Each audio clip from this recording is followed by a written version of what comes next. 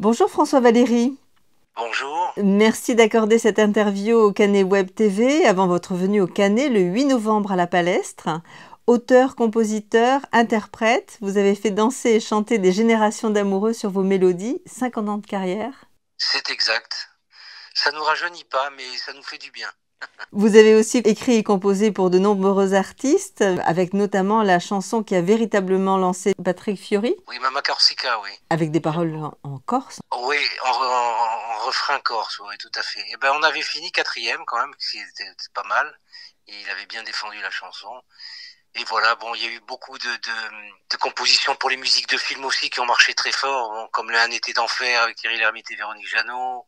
Il y a eu Joy, il y a eu, il y a eu des séries télé, Les filles du Lido, avec Francis Huster, avec Annie Girardot, avec enfin bon plein de gens, d'acteurs et d'actrices très talentueuses, voilà. Quelles sont vos sources d'inspiration? C'est drôle, on me posait cette question il y a encore pas longtemps, je sais pas, moi je fais des chansons depuis l'âge de 13 ans, donc je me rends pas compte, quoi. Je me rends pas compte. C'est naturel. Vous voyez par exemple Emmène-moi danser ce soir, pour Michel Thor, je l'ai faite en 5 minutes parce que j'avais une copine qui me disait tu t'occupes de football, tu t'occupes de moi, emmène-moi danser ce soir. C'est parti de là.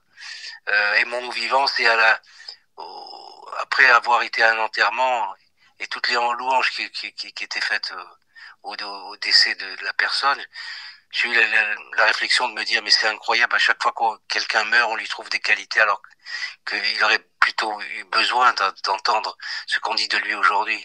Vous voyez. Donc c'est toujours, je crois que mon cerveau, il est comme tous les mélodistes, il est frappé par des départs de chansons, par des idées de chansons.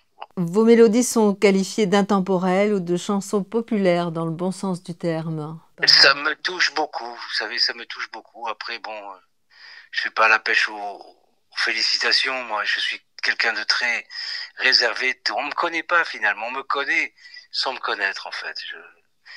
Mais voilà, je suis quelqu'un qui est très respectueux des gens, très respectueux de ce qui se passe. Quand les gens ont des problèmes, je compatis beaucoup. Dieu merci, j'ai la chance de faire un métier qui me ramène beaucoup de joie. Donc voilà, c'était ça que je voulais vous dire. Et que ce gars-là au Canet est le bienvenu également, comme tous les autres concerts, parce que je tourne tout le temps, moi, hein, quasiment. Hein, ça fait depuis toute cette époque-là. Votre nouvel album, Le Répertoire, est sorti il y a peu.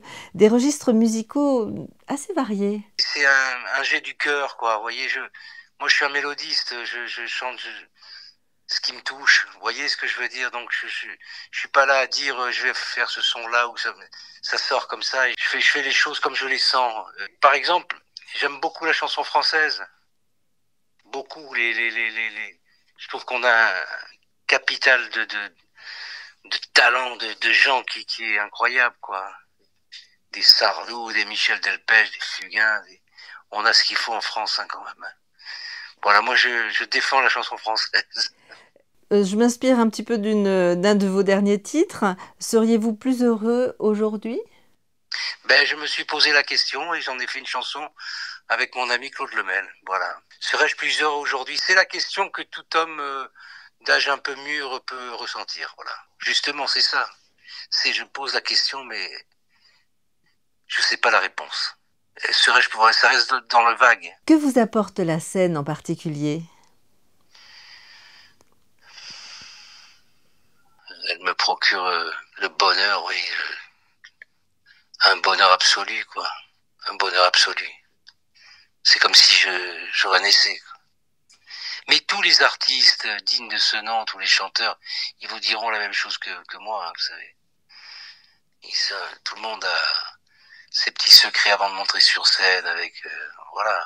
Eh bien, en tous les cas, le public canétan vous attend et vous attend donc et vous donne rendez-vous au Canet, à la Palestre, le vendredi 8 novembre.